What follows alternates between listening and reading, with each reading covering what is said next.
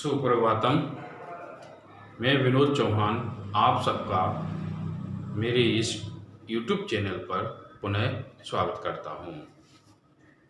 आप सबका मेरा धन्यवाद, क्योंकि आप मेरे इस चैनल पर जुड़े रहे। तो आज का हमारा संस्कृत भाषा से संबंधित टॉपिक है, यह है संस्कृत से संबंधित टॉपिक है। टॉपिक का नाम है वर्णानाम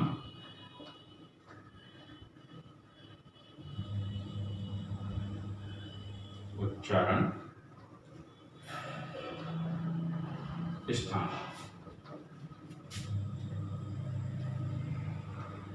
वर्णों के उच्चारण स्थान। देखो, मुख्य परिभाषा क्या है इसकी?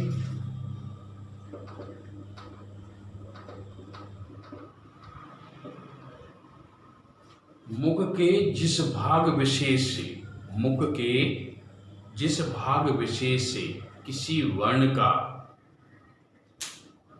उच्चारण किया जाता है या किसी वर्ण की उत्पत्ति होती है, उस वर्ण का वह स्थान उत्पत्ति स्थान या उच्चारण स्थान होता है।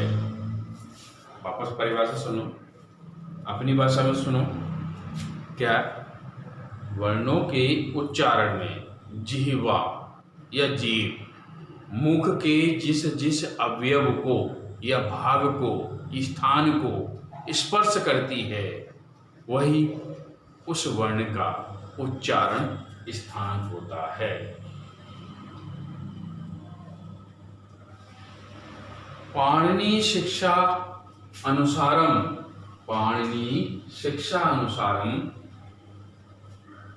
उच्चारण स्थानानि अष्टौ सन्ति। अर्थात पाणिनि शिक्षा के अनुसार उच्चारण स्थल 8 हैं। अब 8 कौन कौन से हैं? श्लोक से समझो, अगर याद हो सके तो याद कर लेना। अष्टौ, देखो,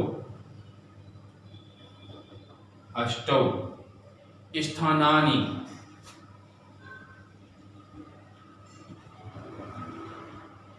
अष्टौ स्थानानि वर्णा मुरय कंठे शिरस्तथा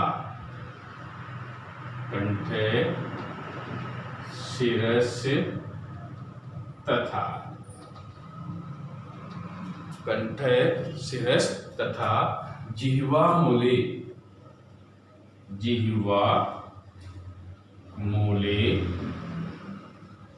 च दन्तश्च। जिह्वा मूले च दन्तश्च नासिकोष्ठौ च नासिका ओष्ठौ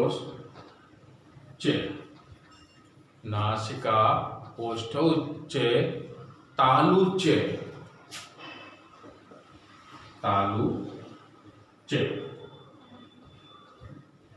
अब इस सूत्र क्या श्लोक है? देखो, अष्टौ स्थानानि वर्णानाम, वर्णों के 8 स्थान है, अर्थात वर्ण उच्चारण के 8 स्थान है। पहला यहां से ले लिया ओरे, फिर दूसरा कंठ,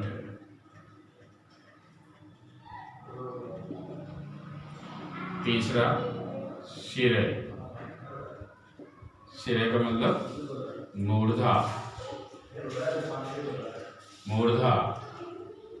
फिर चौथा है जिह्वा मूल, पांचवा है दंत या दंता, छठा है नासिका,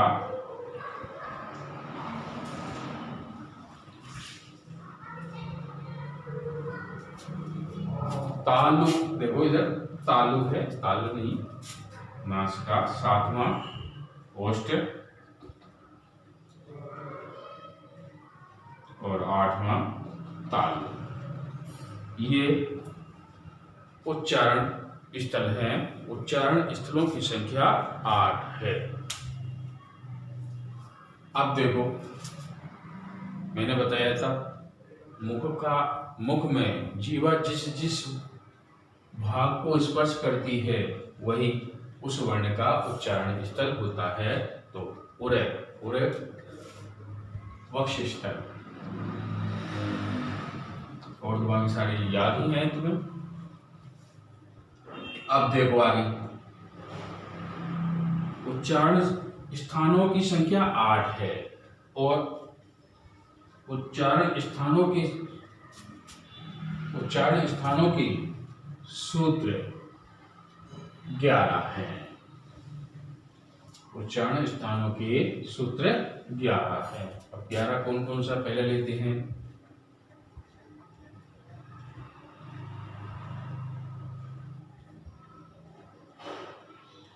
तालु ले लेते हैं या कंठ ले लो। चलो ये ऐसे स्टार्ट करो, कंठ लो। कंठ क्या सूत्र है इसका? अकोह विसर्जनीय।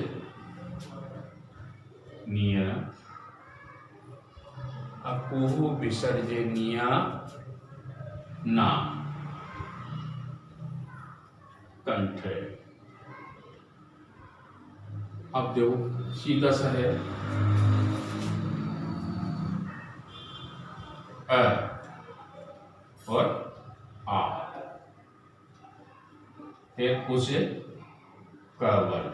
क वर्ग में क्या क्या आता है? क ख ग घ फिर ह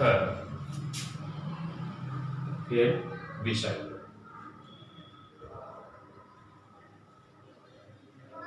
का उच्चारण स्थल कंठ होता है। संस्कृत में वह क्या पूछे देगा? अकार। को क्या बोलेंगे? आकार। और इसको आकार। आकार अकार्यो। क वर्गस्य। अब क वर्ग में क ख भी आता है तो कोई से भी मान लो कह दे दिया ककार, केवल कह दे दे तो ककार, ख दे दे ककार, ग दे दे गगा गकार। तो ऐसे भी दे सकता है। या प्रश्न कैसे पूछ सकता है? चलो मैं बताऊंगा अभी। क वर्गस्य जैसे हकार, विसर्ग को विसर्गस्य। विसर्गस्य उच्चारण स्थानम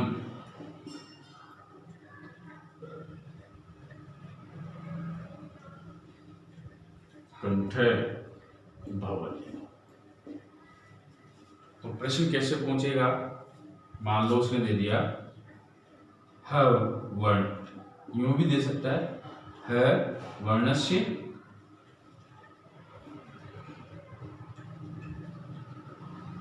ह वर्णस्य या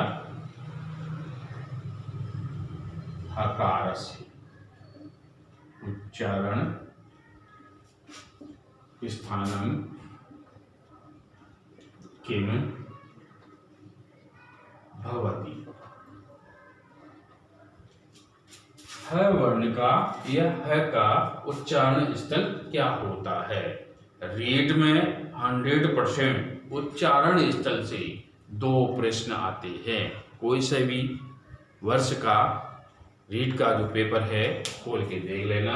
हर वर्ष 2 प्रश्न आते हैं और बीएसटीसी में भी 2 प्रश्न आते हैं। तो ये तो समझ में आ गया। अ से आ, उ से क वर्ग, ह से ह और फिर विसर्ग से विसर्ग का उच्चारण स्थल क्या होता है? कंठ होता है। इसलिए ये वर्ण कंठ कहलाते हैं। दूसरा सूत्र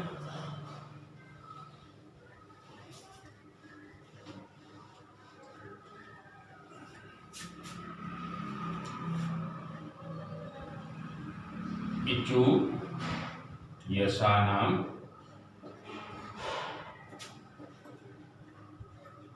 तालु। देखो इसी तरह जैसे उसका निकाला था ई, और ये बड़ी, ठीक। चू से च वर्ग, अब च वर्ग में क्या क्या आता है, च छ जे झे और ई, च छ जे झे ई। फिर इसके बाद क्या आया, ई, फिर स का उच्चारण स्थल तालु होता है, उच्चारण स्थल तालु होता है।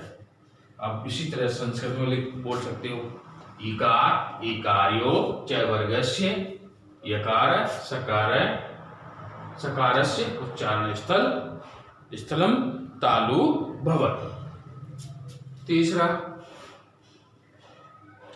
है ऋटुर्सा नाम मूर्धा, ऋटुर्सा नाम मूर्धा। देखो री संस्कृत में लिख दूं विकार, फिर मान लो इसको दे, बड़ी री भी होती संस्कृत में, रिकार्यो ट वर्ग से, ट वर्ग में क्या जाएगा, ट ठ ट ठ डे ढे अण, फिर क्या निकला रकार, फिर सकार,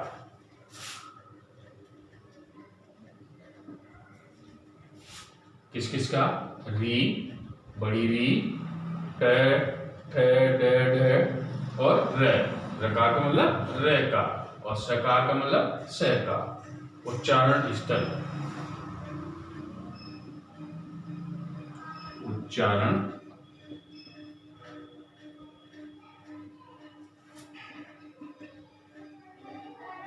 मूर्धा भवति। तो ये वर्ण क्या कहलाएंगे, मूर्धन्य वर्ण कहलाएंगे। तो हिंदी में, अगर हिंदी में केवल तुम्हें समझना है, लिखा तो वहां रहेगा सही। चौथा सूत्र आता है ऋतुलसा, ऋतुलसा नाम दंता। अब देखो दांत बहुत सारे होते हैं, इसीलिए बहुवचन प्रयुक्त कर दिया दंता। अब क्या क्या आता है इसमें, ली, तो उससे क्या बन जाएगा, तय वर्ग। तय वर्ग में क्या आता है, त थ द ध और न, फिर इसके बाद ल, फिर स, ठीक। ये दंत वर्ण है। अगर संस्कृत में लिखोगे तो क्या आ जाएगा, लिकार त वर्ग से लकार और सकार। उच्चारण स्थल स्थलम या स्थानम दंता भवंती। क्यों भवंती आया, उन तीनों में तो मैंने भवती लिया था, क्यों ये बहुवचन है इसलिए भवंती। अब पांचवा सूत्र लेते हैं,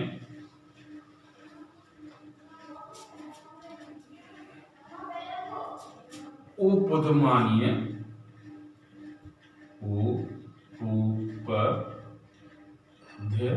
उपधमानीय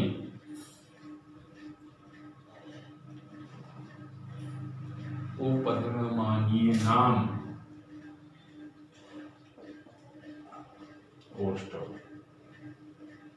अब देखो ऊ क्या निकला इसमें, ऊ और बड़ा ऊ।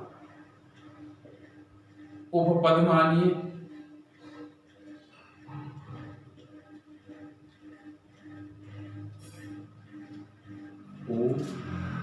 पद मानी वर्ण का उच्चारण स्थल ओष्ठ होते हैं, ओष्ठ होते हैं। अब संस्कृत में बोले उकार, उकार्यो। अब उपपदमानी किसे कहेंगे? प ह से पहले यदि अर्ध विसर्ग हो, पहले बताया था मैंने हिंदी वाले वीडियोज में, पहले यदि अर्ध विसर्ग लगा हो तो ऐसे प फ उपपदमानीय कहलाएंगे। छठा है यमगण। देखो यमगण,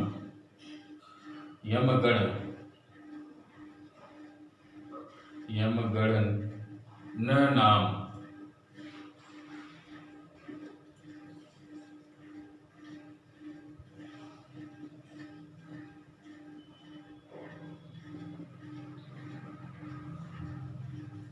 नासिका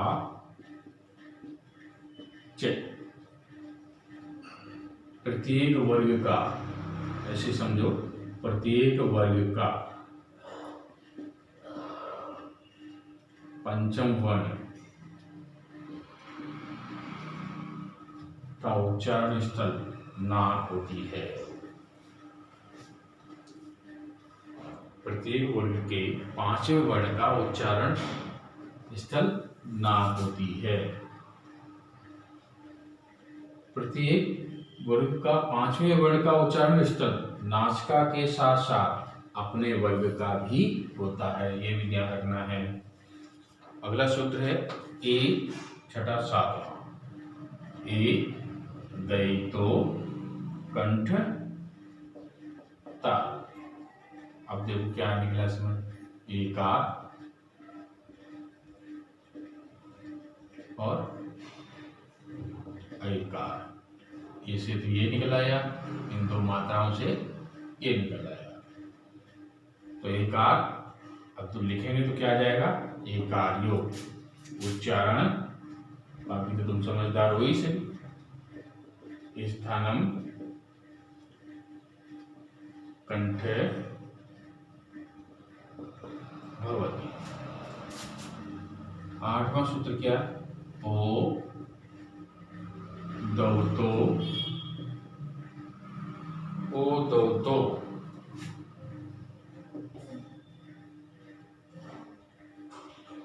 कंठोष्ठम, ओ दौतो कंठोष्ठम। अब क्या क्या हुआ देखो इसमें, वही औ, ओ और औ, उसकी तरह लिख डालो इनको भी, कंठोष्ठम। फिर है वकारस्य दंतोष्ठम, वकारस्य दंतोष्ठम। व का, वकारस्य मतलब व का उच्चारण स्थल दंतोष्ठ। दांत और ओष्ठ होते हैं, इसलिए दंतोष्ठ कहा गया। 10वां जीवामूली, जीवामूलस्य, जीवा जीवामूली यस्य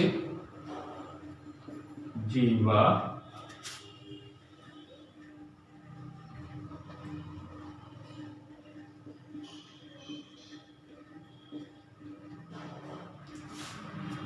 जीवामूलम, सॉरी, जीवामूल्यस्य, जीवामूलम।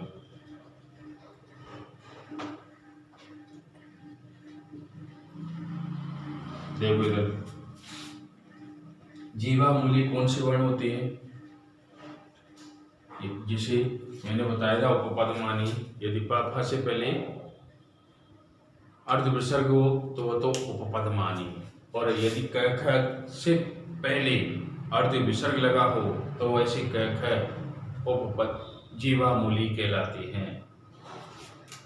और लास्ट सूत्र है इसका नासिका अनुस्वारस्य।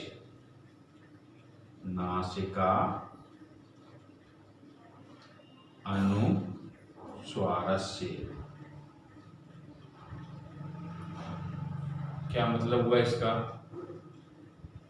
अनुस्वार का, ये अ है, अनुस्वार का उच्चारण स्थल नासिका होती है।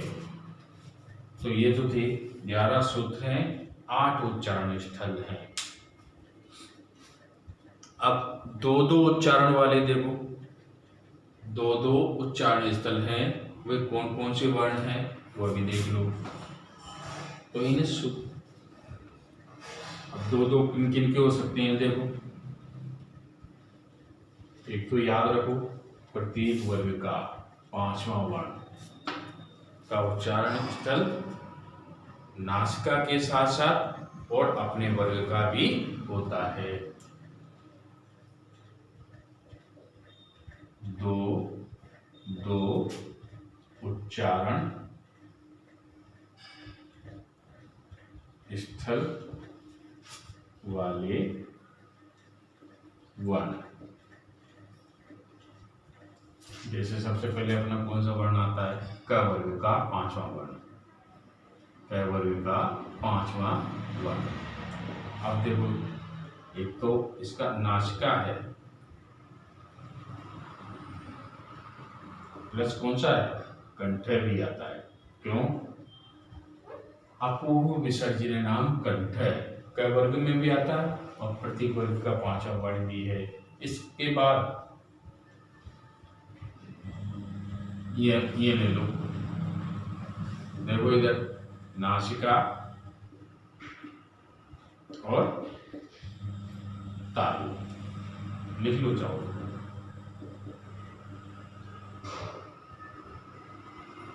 इसके बाद कौन सा? नासिका, नासिका क्या सूत्र था इसका? रिटोसा नाम मूर्धा। तो ट वर्ग का 5वां वर्ण है, इसलिए उच्चारण स्थल नासिका के साथ साथ मूर्धा भी हो गया। फिर न, नासिका और दंता। फिर बचा म।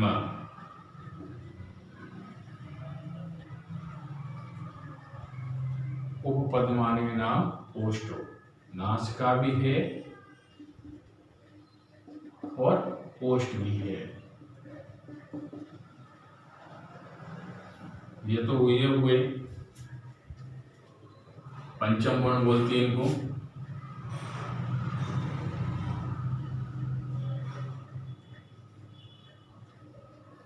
पंचम वर्ण।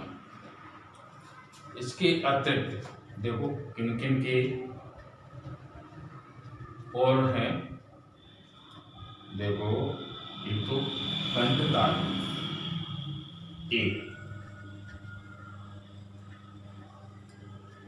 ए और आई, इनका क्या है? देखो, कंठ है और ताल। इसी तरह ओ और औ, इन दोनों के भी क्या है? दो उच्चारण स्थल हैं, कंठ प्लस ओष्ठ।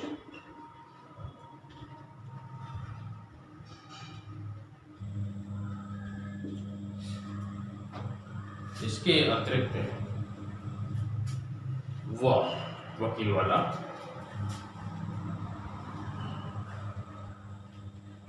सूत्र था, क्या था? वकारस्य दंतोष्ठ है, तो दंत प्लस ओष्ठ है। तो कितने वर्ण हुए टोटल? 5, तो 7, 2, 9, 1, 10, 10 वर्ण ऐसे हैं जिनके उच्चारण स्थल 2-2 हैं। हाँ, एक बात और सुनो, नोट कर लो चाहो तो, यहाँ नोट करो। विसर्ग का उच्चारण स्थान, विसर्ग का उच्चारण स्थान कंठ तभी होगा जब अ या आ के बाद विसर्ग हो।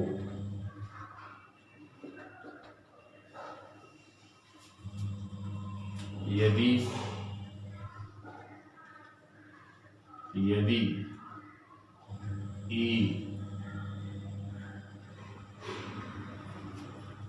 ई के बाद विसर्ग हो तो